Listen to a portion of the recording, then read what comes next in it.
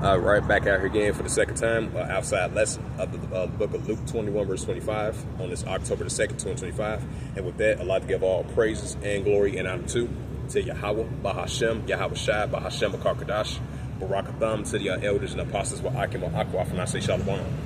And this is the book of Luke.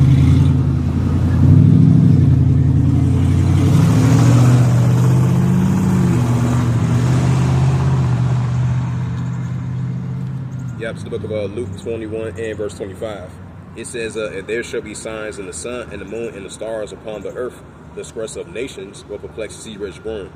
Right, so that's what we're seeing. We're seeing these increasing protests here in America, over there in Portland, Oregon, over here in Illinois, and different parts of the United States. We're seeing tensions mounting up between these nations.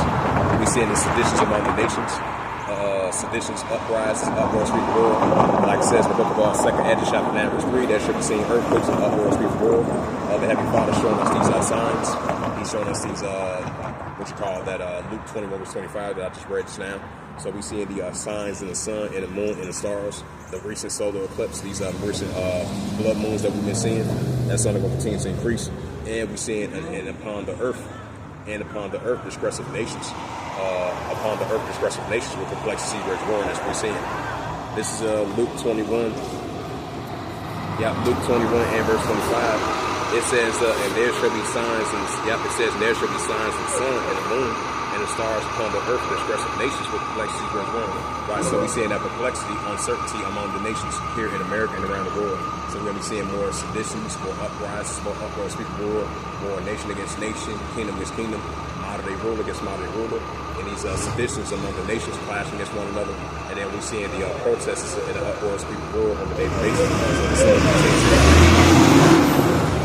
And this is the book of 2nd Ezra, chapter 9, verse 3. It says, therefore, when there shall be seen earthquakes, uproars, people the world. Right, so more uproars and people the world here in America and around the world. And we're going to be seeing the increase in earthquakes as well, too. And that's what we're seeing. This is Jeremiah, which I've referenced as well, too.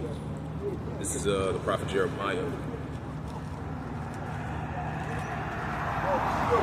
This is Jeremiah chapter 51, verse 46.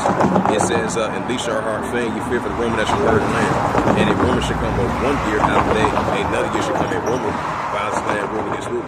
Right, so that's what we're saying. 1 year after another year, a rumor, violence of the land, rule against rule. Just like that was happening in the days of Jeremiah. We are in those days once again. So we see it nation against nation, kingdom against kingdom.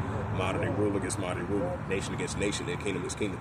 The seditions, the uprises, the uproars sweep the world. And it's taking place throughout the whole planet Earth. Because I believe over there in Ecuador, I believe they in the 60-day state of emergency last time I checked. And then we seeing tensions are heating up over there in Myanmar. We seeing tensions are heating up over there in Congo, Sudan. We seeing tensions have been heating up over there in Indonesia. We seeing tensions are heating up over there in Nepal and different places around the world, here in America and around the world. So that's only going to continue to increase. So after that incident happened over there in Manchester, England, I expect to see more protests. That's going to be like anti-immigration. They're going to be like anti-immigration and stuff like that. And that makes perfect sense as well, too, because with all the immigration continuing to flooding throughout UK, throughout England, and throughout Europe and in those parts, that's going to cause a great sedition. That's going to cause an uproar. That's going to cause a great insurrection. That's going to happen here in America, over there in Europe, over there in the UK, different parts around the world. And that's what we're seeing right now. So that's only going to continue to increase. And that's a prime example that we're going to be seeing more and more, and it's going to come to full effect. And these are the signs that Yahweh Shai spoke about before he makes a return. And this is the book of Luke. Then I'm closed out. St. Mark. This is the book of St. Mark, chapter 3, and verse 23. It says, he called them unto them, and they say in a parable. It says, how can Satan cast out Satan? That we Yahweh Shai spoke in parable. St. Mark, chapter 3, verse 24. It says, and if a kingdom be divided, itself the kingdom cannot stand. Right, so if a kingdom be divided, itself the kingdom cannot stand. So we're seeing modern day kingdom against modern day kingdom, modern day nation against modern day nation, that Yahweh Shai spoke about. St. Mark, chapter 3, verse 25, it says, and if a house be divided, itself the house cannot stand. Right, so if a house be divided, itself the house cannot stand. As we see in the modern day house being divided.